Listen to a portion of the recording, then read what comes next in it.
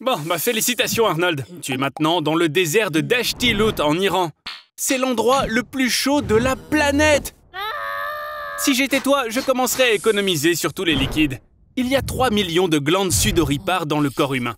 C'est ainsi que tu vas perdre jusqu'à 3 litres de liquide par heure. Et tous les sels de ton corps vont être prélevés dans les liquides, ce qui va provoquer des spasmes dans tes membres. Arnold, ne saute pas là-dedans! C'est juste un mirage. Je suppose que parfois il pourrait y avoir ce qu'on peut appeler des avantages à ta stupidité. Ok, bon, maintenant tu vas avoir froid. Voyons voir où tu es. C'est pas vraiment le meilleur endroit, mon pote. Tu es dans le village d'Oymyakon, en Yakoutie, en Russie. C'est l'endroit le plus froid de la planète. On y a relevé un record de température de moins 71,2 degrés Celsius. Oh mince! Selon les statistiques, 140 personnes par an meurent là-bas d'hypothermie. Alors, bouge-toi! La température du corps humain est de 36,6 degrés Celsius. Mais par un froid pareil, elle va chuter. Et comment? Ton corps va essayer de se réchauffer. Et il va le faire en frissonnant. Ensuite, ta mémoire va commencer à flancher. Et ensuite, ton esprit. Même si, pour toi, Arnold, ça sera à peu près ton état normal. Cela sera suivi d'une fausse sensation de chaleur. Arnie, mon poteau, faut vraiment que tu commences à bouger tes membres, là. Sinon, la mort va t'attraper. Allez, Arnold, tu peux le faire. Beau travail, mon pote. Mais où est-ce qu'il est passé? Ah, le voilà. Bon, je ne vais pas te réveiller. T'as vraiment vécu un peu trop de choses, là, ces jours-ci. Fais de beaux rêves, mon pote. 10 hours later. D'après ce que je vois, t'es pas très occupé, là. Alors, et si on jouait à un jeu très populaire que tout le monde connaît? En français, le sol est de la lave. Sauf que là, ce sera de la vraie lave. C'est cool, non? Et voilà ce qu'un jeu d'enfant ordinaire pourrait entraîner. Une catastrophe mondiale. Ne touche pas à ça, Arnie! La température de la lave peut atteindre 1200 degrés Celsius. Tu peux te déplacer en utilisant tous les objets que tu vois. Mais n'oublie pas, la chaise brûlera en seulement 3 secondes. Ton lit disparaîtra en 5 secondes. Et ta télévision va fondre plus vite que le temps de regarder une publicité. Monte sur le toit. Et attention, ne tombe pas! Si tu tombes dans la lave, tu auras une grave brûlure qui détruira toutes tes terminaisons nerveuses et fera bouillir ta graisse sous-cutanée.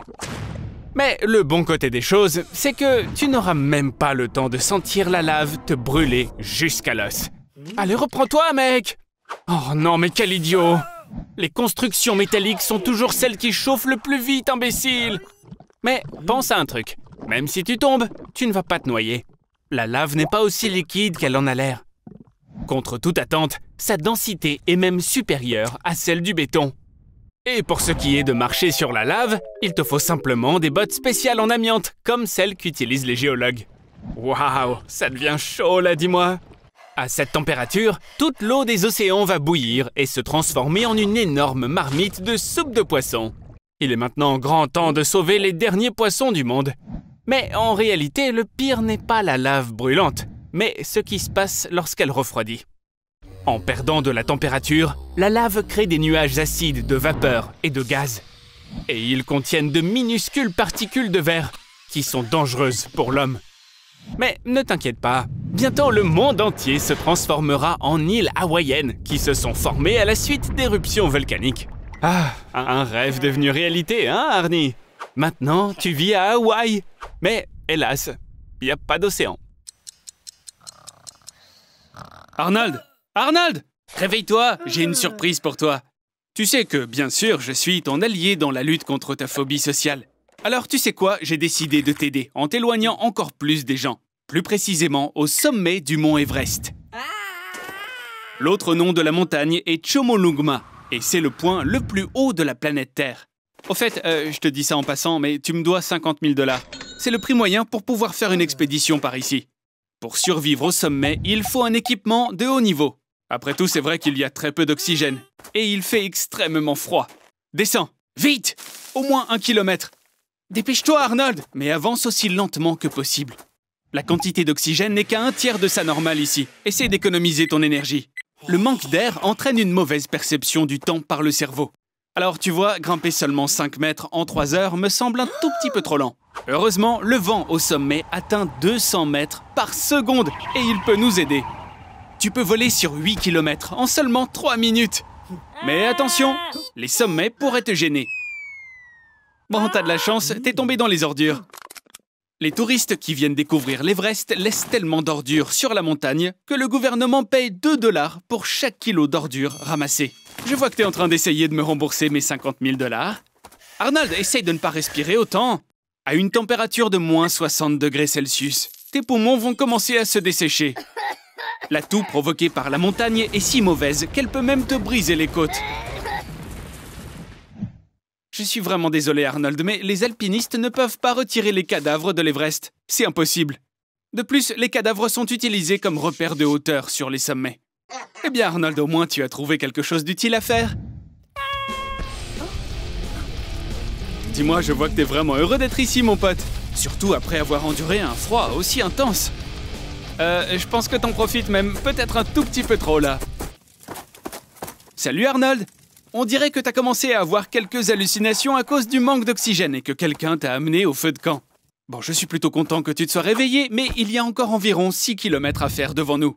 Malheureusement, je ne pense vraiment pas que tu aies encore la force de rentrer chez toi.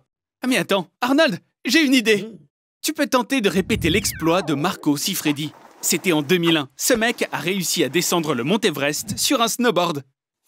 Je crois en toi, Arnold.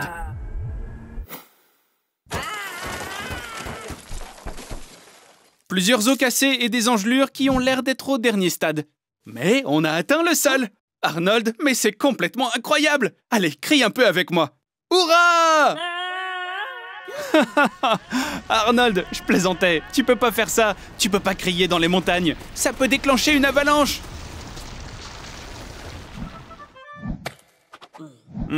C'est pas comme ça que j'avais imaginé les choses.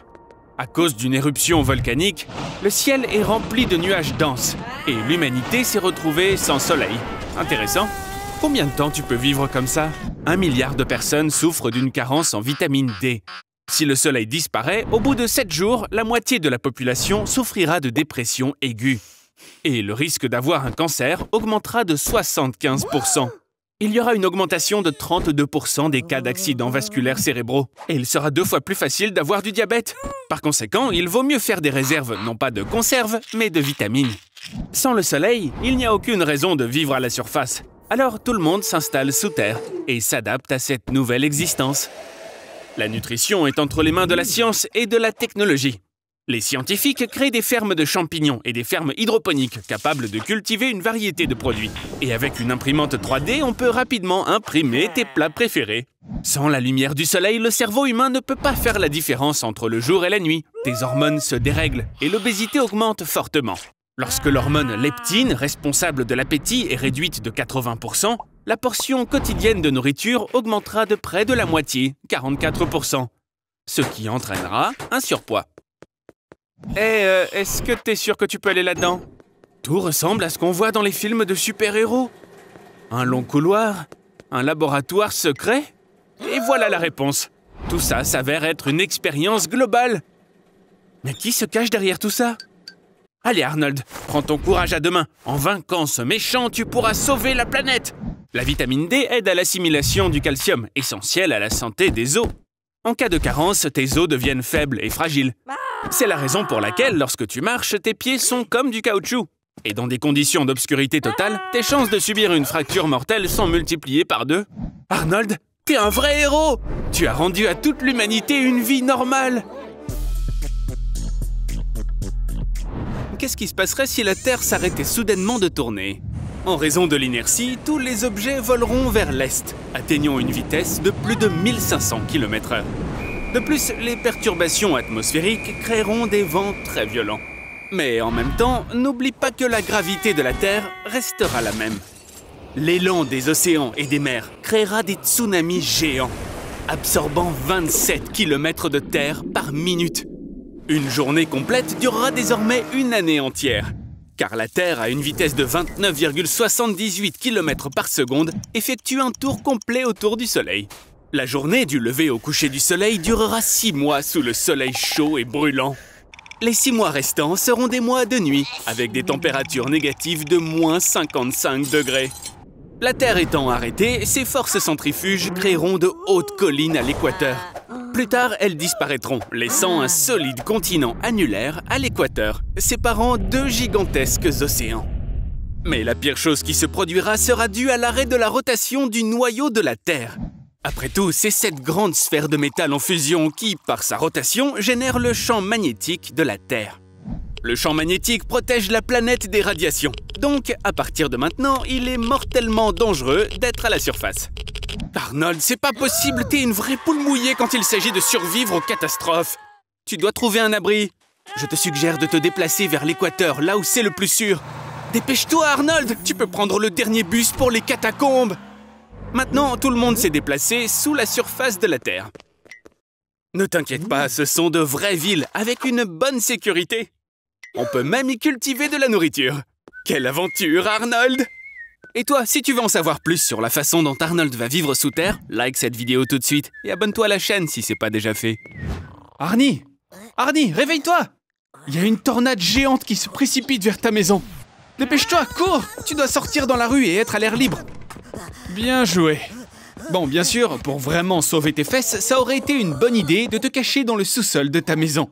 Mais bien sûr, il est plus intéressant pour moi et pour nos téléspectateurs de voir ce qui t'arrivera à l'intérieur de cette tornade.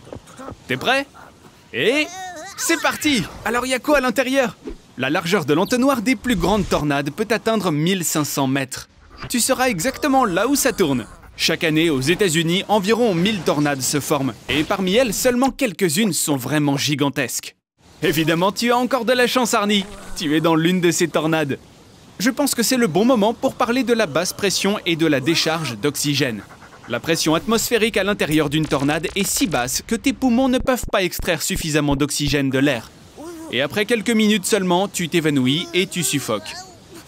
Ouh, enfin, j'en avais tellement marre d'entendre tes petits cris là. Un air aussi raréfié équivaut à escalader le mont Everest sans bouteille d'oxygène. Le tourisme de montagne, c'est clairement pas pour toi, Arnie. Mais à l'intérieur de la tornade, plutôt que de mourir par manque d'oxygène, tu vas probablement périr à cause de la collision avec d'autres objets traînés à l'intérieur avec toi. Tu sais, des arbres volants, des animaux, des voitures, des toits de maison et même des maisons entières. Tout ce qu'on va rencontrer sur le chemin de la super puissante tornade sera détruit en morceaux et tourné à une vitesse pouvant atteindre 500 km/h. Et même si tu imagines que, par miracle, tu peux éviter ces collisions avec tous ces débris, et si une bouteille d'oxygène n'est pas un souci, et que tu survis d'une manière ou d'une autre à l'intérieur de la tornade, eh bien, n'oublie pas. La tornade va se terminer tôt ou tard. Et donc, l'entonnoir va te laisser partir. Tu n'as qu'une nanoseconde. Tu es en Afrique à 613 mètres au-dessus du niveau de la mer. Dans les vents du volcan en ébullition, Erta L. Impressionnant, n'est-ce pas? La température de l'air à la surface du lac de feu atteint 1200 degrés Celsius. C'est assez chaud pour faire fondre de la fonte. Hé, relax Arnold. En une nanoseconde, il ne se passera rien, même avec toi. Je veux dire, bon, si vraiment t'as pas de chance et que tu y restes plus longtemps, tes poumons vont s'enflammer à ta première respiration. Ta peau va peler. Et la seule action sensée que tu pourras faire, c'est de plonger complètement dans la lave. De sorte que tu t'évanouisses à cause d'un choc de douleur, et que dans les 90 secondes qui suivent, tu te réveilles dans un endroit meilleur. C'est pas une top perspective, hein. Alors, ne bouge pas, mon pote, et... Arnold, retire ton doigt de la lave! Oh, super. Bon, on fait quoi, Arnie? Tu veux que je te téléporte au sommet pour que tu puisses profiter de la vue? T'entends ce bruit aussi? Arnie, sors de là! La vitesse de ce torrent ardent est de 1,6 km/h. Hé, t'es sérieux là? Toi qui voulais partir en vacances à Hawaï. Si jamais il y a une éruption là-bas, tu ne pourrais même pas dépasser la coulée de lave, même en faisant du hoverboard. Eh ben, voilà enfin quelque chose d'utile qui vient de toi, Arnold. Bonjour Arnold. Détends-toi, t'es au milieu de l'océan sans personne pour te déranger. Il n'y a pas d'âme dans un rayon de 100 km à la ronde. Ne pleure pas, je vais t'aider à survivre, petit con. Écoute attentivement et souviens-toi de tout ce que je vais te dire. Tout d'abord, il faut absolument trouver de l'eau potable. La façon la plus simple est de lécher les gouttes de rosée qui s'accumulent sur le radeau. Pas ça, Arnie! C'est de la merde d'oiseau. Hélas, le nombre de ces gouttes de rosée sont trop petites pour que tu puisses survivre assez longtemps. Un moyen plus difficile consiste à trouver une sorte de réservoir pour recueillir l'eau de pluie. Mais tu pourrais mourir avant qu'il ne pleuve. Alors passons à la troisième méthode et la plus difficile. Arnold est trop stupide pour y arriver, mais vous, cher public, écoutez. À partir de 2 conteneurs, un sac et un poids, vous pouvez construire un distillateur d'eau. Mettez l'eau salée de l'océan dans le plus grand récipient et elle s'évaporera, s'accumulant au centre du sac et coulant dans le plus petit récipient. Et le tour est joué, votre eau potable fraîchement distillée est prête. Arnie, il est temps d'aller pêcher. Mangez tout ce que vous attrapez qui ne vous semble pas toxique. Les algues, le plancton, les méduses et même les petits poissons peuvent être capturés avec un simple t-shirt. Arnie, mais que diable as-tu pour te plaindre? Je ne vous conseille pas de regarder l'océan pendant trop longtemps car les rayons du soleil sont réfléchis par la surface de l'eau et vous brûleront les yeux. Vous ne verrez plus le monde, mais le monde vous verra toujours. C'est mieux dans l'autre sens. Arnie, tu devrais construire un auvent sur le radeau pour te protéger des rayons UV. Le choc thermique en pleine mer est une garantie de mort. Mais cependant, une tempête arrive bien avant que le soleil ne commence à vous menacer. Pour empêcher le radeau de se renverser, placez tous les objets lourds au centre et priez Poséidon pour avoir pitié. Félicitations, t'as survécu à la tempête. Mais encore, il reste le problème de trouver des terres. Vous savez, j'ai oublié de vous dire. Arnie, tu es sur le point de t'éloigner de la Terre dans l'océan du monde entier. Point Nemo. L'établissement humain le plus proche est à 400 km, à celle de la Station spatiale internationale. C'est le mouvement soudain des plaques tectoniques qui provoque les vagues. Les fonds marins se soulèvent de plusieurs mètres et créent ainsi les vagues meurtrières du tsunami. À présent, on se trouve au Portugal. C'est ici que se forment les plus hautes vagues du monde. C'est un peu comme un guépard, mais dans le monde des vagues, parce que sa vitesse a déjà atteint presque 100 km à l'heure. Un surfeur hawaïen s'est déjà fait une vague de 24 mètres ici. Et pour cela, il est entré dans le livre Guinness des records. Tu as déjà entendu parler des vagues meurtrières. Il s'agit d'une seule vague qui peut aller de 25 à 30 mètres de haut et qui ne peut même pas être vue, même d'un bateau. Elles peuvent apparaître d'une manière très soudaine et de façon imperceptible. Il y a donc très peu de temps pour sauver l'équipage d'un navire. Ces vagues tueuses peuvent couler un navire d'un seul coup. Même Conor McGregor pourrait envier un tel sort. La plus grande vague jamais enregistrée s'est formée en 1958 dans la baie de Lituya, en Alaska. La vague a atteint une hauteur de 30 mètres et a recouvert les montagnes qui s'approchaient de la baie. En conséquence, toute la végétation jusqu'à une altitude de 520 mètres au-dessus du niveau de la mer a été détruite. Ça correspond à une hauteur de 5 statues de la Liberté et demie. Sur un rivage, la nature elle-même laisse présager l'approche d'un tsunami. Les animaux sentent venir la catastrophe et commencent à se précipiter quelque part ou à se comporter de façon étrange. Les oiseaux forment des bandes et s'envolent. Si tu es sur la terre ferme, monte dans une voiture, sur un vélo, cours! Ou demande au moins à un King Kong de t'aider. Il est conseillé de se rendre à une hauteur de 35-40 mètres au-dessus du niveau de la mer. Tiens Arnold, t'as plutôt intérêt à te rendre au dernier étage de l'Empire State Building. La hauteur de ce gratte-ciel est de 102 étages, ce qui représente 280 mètres. L'ascenseur monte à une vitesse de 213 mètres par minute. Donc tu as certainement le temps. Oh, ouais, ça aussi c'est possible. Arrête de crier dans l'eau, sinon tu vas finir par t'étouffer.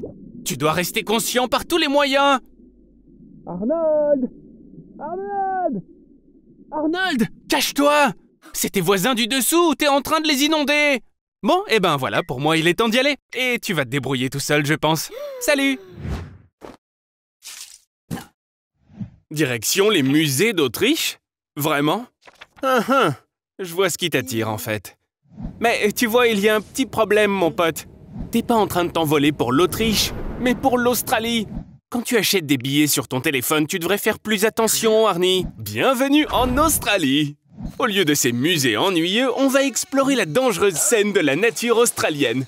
Derrière son joli nom de Gympie Gympie se cache la plante la plus mortelle. Place-toi simplement à côté d'elle et ton nez va saigner. Touche-la et tu seras brûlé pendant 1 mois. Et c'est garanti, tu vivras tout ça, à moins d'être un pas de melon à pattes rouges, une espèce de kangourou immunisé contre le poison.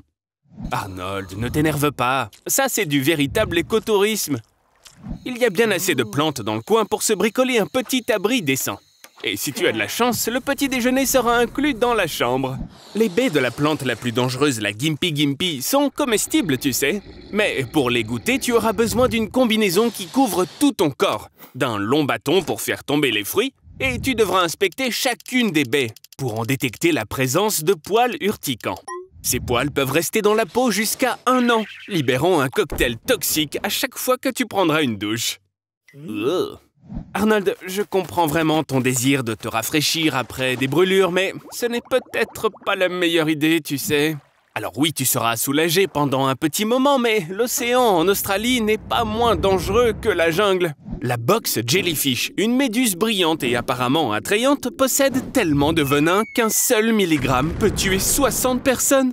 Pour autant, se faire piquer par cette méduse, c'est un petit peu comme gagner à la loterie, parce qu'en moyenne, une seule piqûre est enregistrée chaque année. Arnold, après ta folle aventure, je pense que tu as sérieusement besoin d'un traitement là. Et finalement, tu te diriges vers l'Autriche, mais ce ne sera pas une visite des musées pour toi malheureusement. Alors, comment tu trouves l'Australie, Arnold? Ne bouge pas! On dirait bien que c'est un taipan continental. Oh, abruti, c'est le serpent terrestre le plus venimeux de la Terre. Le venin du taipan est 180 fois plus toxique que celui d'un cobra. Une goutte de la taille d'une tête d'épingle peut tuer 1000 rats. Et 44 mg de ce venin, que le serpent injecte en une seule morsure, peut tuer plus de 100 Arnold. Inutile de courir, le taipan ne s'enfuit pas après la première morsure comme les autres serpents, mais il continue avec une série d'attaques ultra précises et rapides comme l'éclair pour achever la victime. Ces crocs de 13 mm de long viennent d'injecter une puissante hémotoxine dans ton sang, qui l'empêche de coaguler, et ça entraîne une hémorragie interne. Tu perds le contrôle de ton corps, tes membres cessent d'obéir, la respiration devient difficile, et les convulsions commencent peu après. Oh, t'inquiète pas Arnold, ça c'est pas du sang, c'est de l'urine. Les cellules musculaires commencent littéralement à se dissoudre et à sortir par les reins. De ce fait, ton urine devient rouge. Si tu ne prends pas d'antidote dans les 30 minutes, alors pendant les 8 heures qui suivent, de ce qu'il reste de ta petite vie sans valeur, tu ressentiras une douleur infernale qui te fera supplier d'en finir au plus vite. La première partie de la simulation est terminée.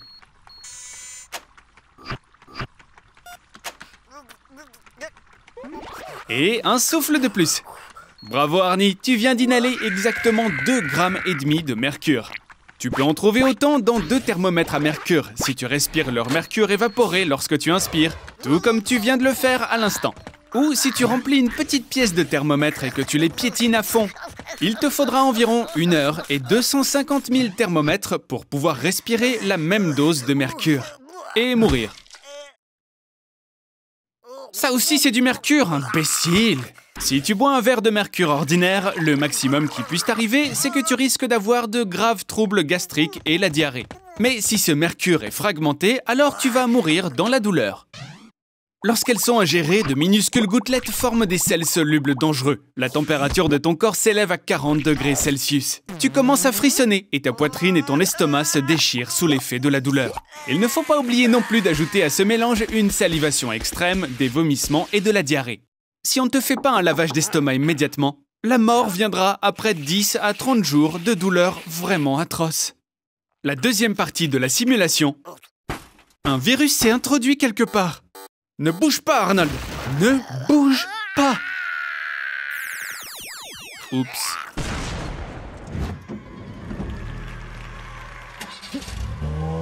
Mais ne vous inquiétez pas, Elon a peu de chances d'atteindre la ligne d'arrivée. C'est vrai, après tout, personne n'a pris en compte le fait que pendant la course, ces 2 petits gars, Snot et Gob, s'organiseraient un barbecue pour eux et leurs amis. Et on dirait même que la température normale du soleil ne soit pas vraiment suffisante pour faire griller leurs infâmes gargouilles pangalactiques. Ah, et ben voilà, c'est beaucoup mieux. Oups, les éruptions solaires comme celle-ci ne sont vraiment pas bonnes. Parce qu'elles désactivent généralement toutes les centrales électriques et les appareils électriques de la Terre. Et certainement cela va affecter négativement tous les processus vitaux de la planète, en particulier en médecine, mais aussi les besoins absolument cruciaux comme les réseaux sociaux, les likes et les partages. Seuls les satanistes ne seront pas affectés, cela pourrait même leur profiter. Et voici notre tortue ultra rapide. Comme tout ce qui est électrique, la voiture d'Elon est tombée en panne. Bon, l'important ici est de ne pas se réjouir en avance. Il est peut-être idiot, oui. Mais notre Arnold sait parfaitement faire un clin d'œil. C'est juste dommage qu'il soit déficient intellectuel. On dirait que la batterie est morte. Maintenant, ces mecs doivent trouver un moyen de sortir de ce désert.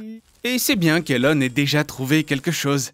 Mais ce qui est encore mieux, c'est que son coffre contienne un seau, une mini-fusée et des provisions.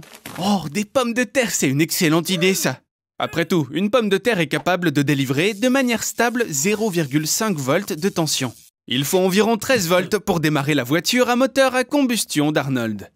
Donc, avec 26 pommes de terre, un clou en zinc et un fil de cuivre, nous devrions en avoir assez pour démarrer cette voiture. Oh zut! Le courant de démarrage est trop faible. Pour pouvoir démarrer ce moteur, il nous faudrait des centaines de milliers de piles de pommes de terre.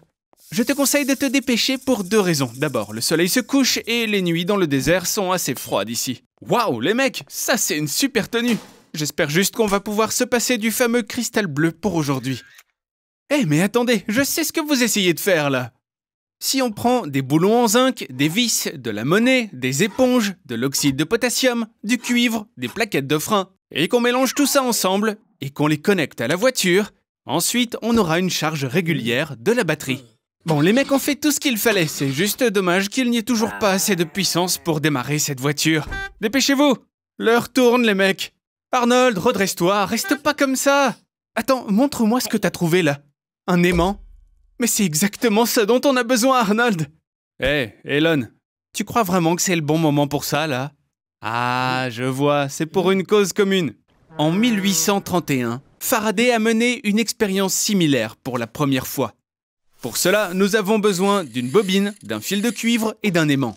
On insère l'aimant dans une bobine enroulée de cuivre et on la ferme. On déplace l'aimant à l'intérieur et dans chaque bobine de cuivre, une tension de 0,01 volts est désormais générée. Et grâce au grand nombre de spirales, le tout fonctionne parfaitement. Alors voyons comment ça fonctionne pour les mecs. Waouh! Fais juste attention avec tes doigts. Ah bon, au moins on a survécu. Et le doigt va repousser comme d'habitude. Arnold, laisse la Tesla ici. Et maintenant, la fête continue. Oh oh. Rendez-vous dans le prochain épisode. Désolé, mais il semble que tes vacances vont devoir être reportées. Le vaisseau spatial d'Elon Musk s'est écrasé. Un nouvel échec après le lancement désastreux du Cybertruck. Il veut vraiment coloniser Mars. Elon Musk a réussi à déshydrater les gens et à les mettre dans des gélules. Regarde, ça fonctionne comme des nouilles instantanées. Il suffit de rajouter de l'eau. À bord, il y avait 67,5 milliards de capsules, donc maintenant il y aura 10 fois plus de crétins sur Terre. Mais ce n'est pas ton problème. Bien que, en fait, c'est probablement aussi ton problème maintenant. Avec autant de personnes, on ne peut pas tous les transporter. Il est plus rapide de marcher. Chaque personne sur la planète produit environ 0,75 kg de déchets par jour. Donc plus de 200 milliards de tonnes d'ordures par an. C'est assez pour remplir environ 99 Grands Canyons. Des centrales électriques sont construites partout car 75 milliards de personnes consomment environ 125 milliards de kilowatts par jour. Cette quantité d'électricité est suffisante pour charger 8 milliards d'iPhones. Mais cela signifie aussi l'émission d'énormes quantités de CO2 dans l'atmosphère. Pas besoin d'être un génie pour réaliser à quel point le climat sera sérieusement affecté. Les espaces libres sont rares, alors voici tes nouveaux colocataires. Seulement des hommes. La reproduction est strictement interdite par la loi sous peine de mort.